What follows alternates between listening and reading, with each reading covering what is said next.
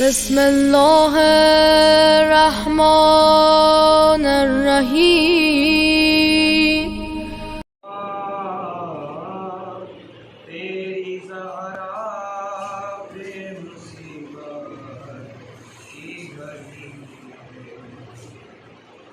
تیری امت نے بنا دی ہے یہ حالت بابا.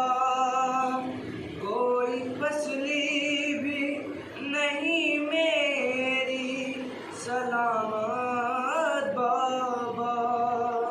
سانس لیتی ہوں میں جس دم گھٹنے لگتا ہے میرا دم.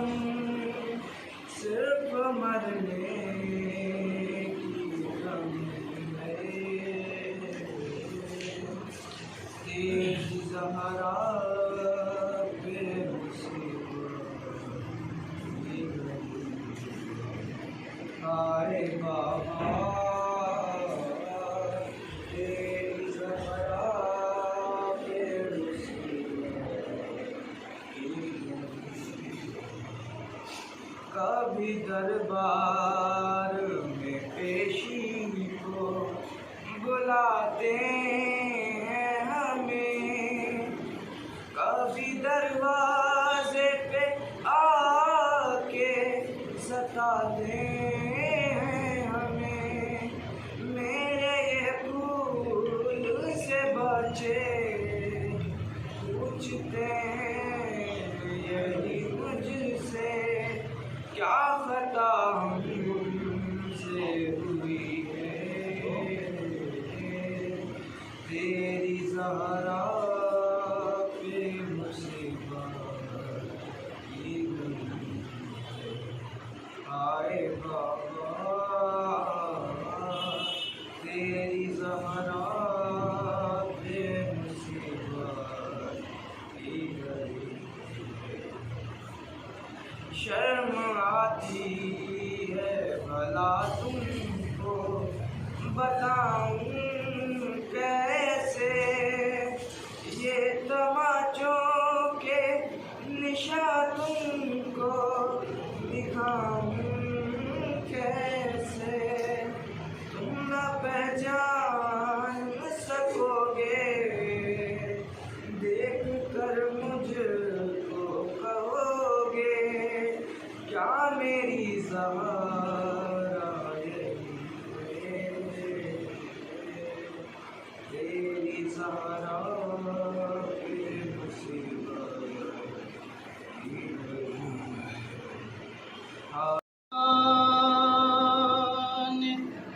فاطمہ اتنی بلندیوں پہ ہے احوان فاطمہ. روح الامین ہے صورت دربان فاطمہ. روح الامین ہے صورت دربان فاطمہ. تو کیسے کروں تمیز حسن اور حسین میں, کیسے کروں تمیز حسن اور حسین میں. ایک روح فاطمہ ہے تو ایک جان فاطمہ, ایک روح فاطمہ. تو یہ جو جناب آسیہ کی مثال قرآن مجید نے پیش کی, جب روز محشر سجے گا, روایت ہے جب روز محشر سجے گا اور وہاں کے اوپر لوگوں کو لایا جائے گا اور ان کے سامنے ان کے کیے ہوئے اعمال کے بارے میں بتایا جائے گا تو لوگ یہ کہیں گے کہ کیا کریں، ہم ایسے ماحول میں زندگی گزار رہے تھے کہ جہاں کے اوپر نیک کام کا انجام دینا ہمارے لیے سخت تھا۔ تو اس وقت اللہ جناب آسیہ کو پیش کرے گا کہ اس سے سخت حالات تھے تمہارے، یعنی وہ دور کہ جس میں فرعون برسر حکومت ہے اور جس کی حکومت میں کوئی بھی آ کر کے توحید کا پرچم بلند نہیں کر سکتا، کوئی دور رہ رہا ہو تو ممکن ہے کہ وہ آ کر کے اپنے دین کے مطابق زندگی گزار لیں، مگر جناب آسیہ تو فرعون کے بالکل ہمراہ ہیں، بالکل ساتھ ساتھ رہ رہے ہیں، اور ان کا دین کے اوپر باقی رہنا یہ بہت بڑا امتیاز ہے، اسی لیے جناب آسیہ کو مومنوں کے لیے آئیڈیل قرار دیا۔ تو قرآن مجید نے صاف لفظوں میں یہ اعلان کیا کہ ہمارے یہاں مرد اور عورت کا کوئی امتیاز اس معنی میں نہیں۔ یا ایھا الناس انا خلقناکم من ذکر و انثی وجعلناکم شعوبا وقبائل لتعارفوا ان اکرمکم عند اللہ اتقاکم۔ اے لوگو، ہم نے تمہیں مرد اور عورت سے پیدا کیا ہے، وَجَعَلْنَاكُمْ شُعُوبًا وَقَبَائِلًا، اور جو ہم نے تمہیں گروہوں اور قبیلوں اور خاندانوں اور محلوں اور شہروں میں بانٹا ہے، اس کے پیچھے جو مقصد تھا لِتَعَارَفُوا، تاکہ تم ایک دوسرے کو آسانی سے پہچان سکو، ایک دوسرے کو آسانی سے سمجھ سکو۔ انسان کسی محلے میں زندگی گزار رہا ہو تو ہر ایک سے اس کی جان پہچان نہیں ہوتی، سلام دعا ہونا ایک الگ بات ہے، مگر واقعی معنوں میں جان پہچان جسے یہ کہا جائے کہ بالکل نزدیکی ہیں، ایسے بہت کم ہی افراد ہوتے ہیں۔ تو جتنا دائرہ چھوٹا ہوتا چلا جائے گا اتنا انسان ایک دوسرے کو پہچانتا چلا جائے گا۔ ہم نے گروہوں اور قبیلوں اور خاندانوں اور محلوں اور سوسائٹیز میں تمہیں اس لیے بانٹا تھا تاکہ تم ایک دوسرے کو پہچان سکو، ایک دوسرے کے کام آ سکو، ایک دوسرے کی مدد کر سکو۔ آج آپ دیکھیے کہ یہی ساری چیزیں ایک دوسرے کے اوپر فخر کرنے کا سبب قرار پا گئی کہ میں فلاں خاندان سے تعلق رکھتا ہوں اور تم فلاں خاندان سے تعلق رکھتے ہو، میں فلاں قبیلے سے تعلق رکھتا ہوں تم فلاں قبیلے سے تعلق رکھتے ہو، میں فلاں محلے کے رہنے والا ہوں تم فلاں محلے کے رہنے والے ہو۔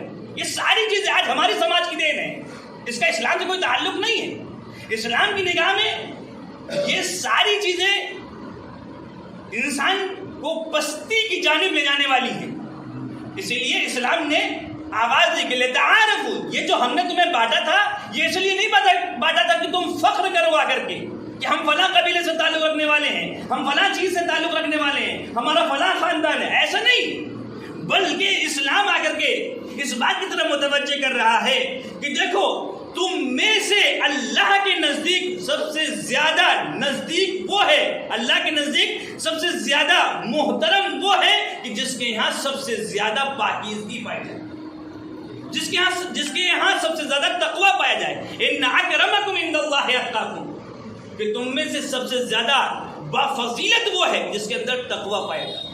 اگر تقوی ہے تو کہیں کا بھی ہو اللہ کی نگاہ میں عظمت رکھتا ہے، اور اگر تقوی نہیں ہے تو چاہے رسول کا رشتہ دار ہی کیوں نہ ہو اس کی کوئی اہمیت نہیں ہے۔ اس کے اوپر توجہ دیجیے گا۔ اگر تقوی ہے تو باہر کا آنے والے خاندان کی بنا کے اوپر کوئی بھی انسان جنتی نہیں بنتا، بلکہ اپنے کردار کی بنیاد کے اوپر انسان جنتی بنتا ہے، اپنے عمل کی بنیاد کے اوپر انسان جنتی بنتا ہے۔ اگر یہ چیز نہ ہوتی عزیزان اکرامی، یہ چیز نہ ہوتی تو کبھی بھی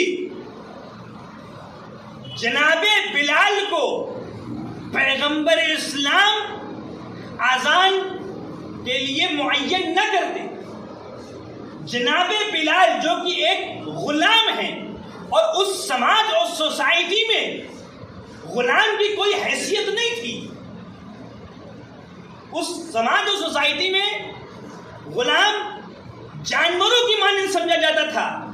اس میں پیغمبر اسلام آ کر کے اس کو وہ مقام عطا کر رہے ہیں کہ جو سب سے اہم مقام ہے. لوگوں نے آ کر کے پیغمبر اسلام کے سامنے اس بات کا اعتراض کیا کہ آپ کس طریقے سے بلال کو یہ مقام اور یہ مرتبہ دے سکتے ہیں جبکہ اس کا سین اور شین درست نہیں ہے. پیغمبر اسلام نے کہا کہ نہیں، یہاں معیار سین اور شین نہیں ہے، یہاں معیار ہے کردار. ممکن ہے انسان کا سین اور شین درست ہو مگر کردار نہ ہو تو اس کی کوئی اہمیت نہیں، اور ممکن ہے کہ انسان کا سین و شین درست نہ ہو اور اسے وہ مقام دیا جائے کہ جو مقام کسی دوسرے کو نصیب نہ ہو سکے. اس کے اوپر ہم سب کی توجہ ہونا چاہیے. یعنی میں اگر اپنی بات کا خلاصہ آپ کے سامنے پیش کروں تو یہ ہے کہ ہمارے سماج اور سوسائٹی میں جو امتیازات بنائے گئے ہیں ان امتیازات کا تعلق قطعاً اسلام سے نہیں. پہلا امتیاز جو ہمارے یہاں قرار دیا گیا ہے مرد اور عورت ہونے کے اعتبار سے، وہ امتیاز اسلام میں نہیں ہے. اسلام مرد اور عورت کو کردار کے اعتبار سے ایک ہی نگاہ سے دیکھتا ہے. اگر دونوں کا کردار ایک جیسا ہے تو اسلام میں اس کی اہمیت ہے، اور اگر کردار نہیں ہے تو لاکھ انسان مرد ہے مگر اس کی کوئی اہمیت نہیں ہے. اور اگر انسان عورت ہو کر بہترین کردار کا حامل ہے تو اسے مومنوں کے لیے آئیڈیل قرار دیا جاتا ہے، جیسے جناب آسیہ کی مثال. دوسرا امتیاز جو ہمارے سماج اور معاشرے میں پایا جاتا ہے وہ یہ کہ چھوٹا اور بڑا، چھوٹا ہے تو اس کی کوئی اہمیت نہیں اور بڑا ہے تو اس کی بہت اہمیت. یہ امتیاز بھی اسلام میں نہیں ہے. دیکھیں وہ ایک الگ بحث ہے کہ جو سماجی مراتب ہیں ان کی اسلام نے بہرحال تائید کی ہے، اس کی اہمیت دی ہے. ویسا نہ ہو کہ اگر چھوٹے کے اندر شعور پایا جا رہا اور بڑے کے اندر شعور نہیں پایا تو چھوٹا کر کے بڑے کی بے حرمتی کرتا رہے. ایسا نہیں ہے. نہیں، چھوٹے اور بڑے کا جو فرق ہے وہ اپنی جگہ کے اوپر باقی رہے گا. جو سماجی اعتبار سے فرق ہے وہ باقی رہنا چاہیے. اس کے سلسلے میں اسلام نے کوئی مناہی نہیں کی ہے، وہ اپنی جگہ کے اوپر بات کرے گا. جس چیز کی طرف متوجہ کرنا چاہ رہے ہیں وہ یہ ہے کہ اگر انسان کے اندر صحیح سمجھ پائی جا رہی ہے اور انسان چھوٹا ہے، بچپنے کا دور ہے، تو وہ انسان اسلام کی نگاہ میں بافضیلت. اور اگر انسان بڑا ہے اور وہ سمجھ نہیں ہے تو انسان کی وہ اہمیت نہیں. ہمارے ائمہ میں بہت سارے امام ایسے تھے کہ جو 7 سے 8 سال کی عمر میں امام بنے، جبکہ خاندان میں بڑے بڑے لوگ موجود تھے، مگر مقام امامت بزرگی کو دیکھ کر کے نہیں دیا جاتا، لیاقت کو دیکھ کر کے دیا جاتا، صلاحیت کو دیکھ کر کے دیا جاتا. اگر صلاحیت ہے تو انسان بچپن میں ہی آ کر کے اس بات کا اعلان کرتا ہے انی عبداللہ آتانی الکتاب وجعلنی نبیا. اور اگر انسان بڑا ہو گیا ہو اور اس کے اندر وہ شعور اور سمجھ نہ ہو تو اس کی کوئی اہمیت نہیں. اور تیسری چیز کہ ہمارے سماج میں خاندانی اعتبار سے فرق پایا جاتا ہے. ہمارے سماج میں قبیلائی اعتبار سے فرق پایا جاتا ہے، سوسائٹی کے اعتبار سے فرق، رنگ کے اعتبار سے فرق، لباس کے اعتبار سے فرق. یہ سارے فرق دنیا کے پیدا کیے ہوئے ہیں، اس کے اسلام سے کوئی تعلق نہیں ہے. اسلام تو اس پھٹے پرانے کپڑے والے کو، پہننے والے کو اہمیت دے گا کہ جس کا کردار اچھا ہے. اور انسان کے پاس یہ لباس ہو اور انسان کا کردار اچھا نہ ہو تو اس کی کوئی اہمیت نہیں. بس اس طرح یہ تین چیزیں اگر ہمارے سمجھ میں آ جائیں تو ہم یقیناً اسلام سے نزدیک ہو سکیں اور اسلام کے احکام کے اوپر عمل پیرا ہو سکے.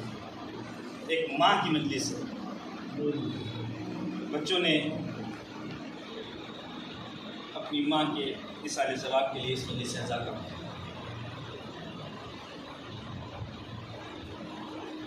یقیناً